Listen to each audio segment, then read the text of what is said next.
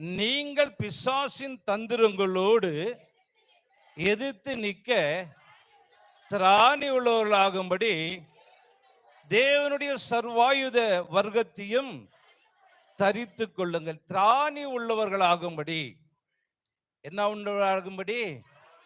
பிசாசு அவன் எப்படி செயல்படுகிறான் அப்படின்றது யாருக்குமே தெரியாது. ஏன்னா அவனுடைய தந்திரம் இன்னதென்று நாம் அறிந்தால் ஒழிய அவன் எப்படி உள்ள நுழையிறான் நமக்கு தெரியாது. ஆமென் சொல்லுங்களேன்.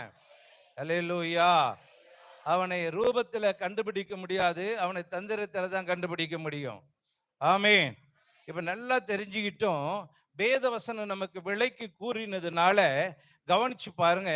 மாம்சத்தோடு ரத்தத்தோடும் அல்லவே அல்ல.